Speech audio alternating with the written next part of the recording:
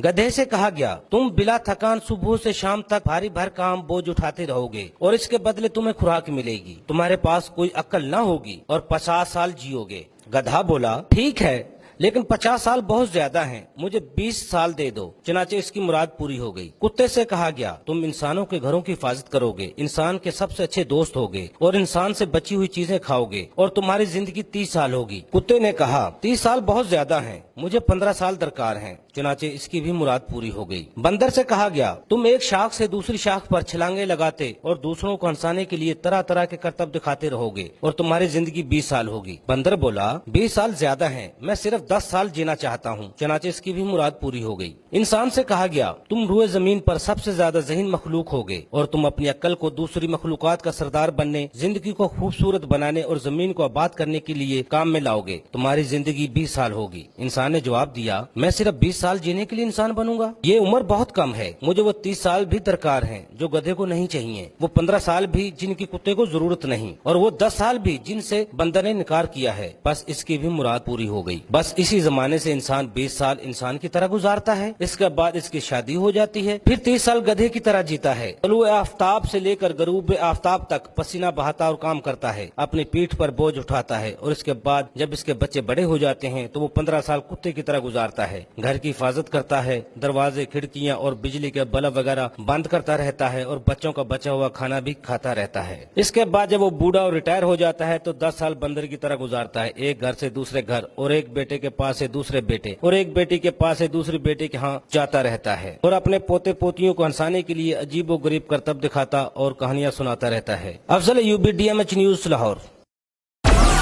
Download Moj.